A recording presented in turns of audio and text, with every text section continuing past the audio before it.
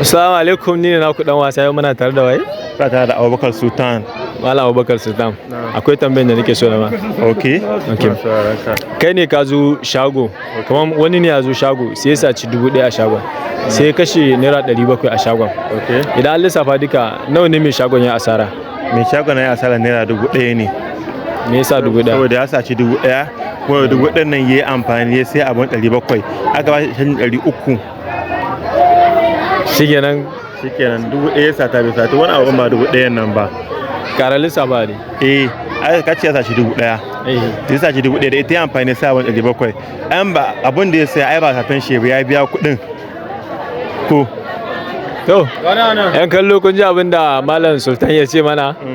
Duk wanda ya san lissafin daidai ije mana a comment section. Okay ta. Ka san ambulance? Ka san ambulance. Ka san fire service? Ka san fire service. Me ake ambulance? Aikin ambulance shine idan an yi hatsari wani guri da je ta kwashi wanda suka hatsarin nan zuwa asibiti. Me aikin fire service? Fire service idan ana gobara wani guri su kuma su je su kokarin kashe wannan gobara. To shikenan, tambayar da nake son ma shine yanzu. Misali ne gida na 1 da na 2 da na 3 sun kama da wuta. Kana ji? Ina jin ka. To sai aka kira ambulance, wanne za su fara kashewa? Gida na 1 za su fara kashewa. Me yasa gida na 1? Saboda daga nan wutan ya fara ci kafin ya je na 2 da na 3. Ka ji abin da na ce farko, na ce gida na 1 da na 2 da na 3 suna ci da wuta. Sai aka kira ambulance kashe, wanne za su kashe? Na 1 za su fara kashewa.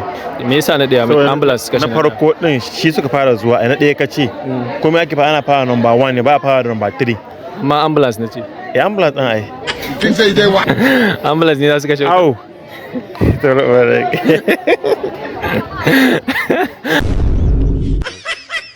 Mumu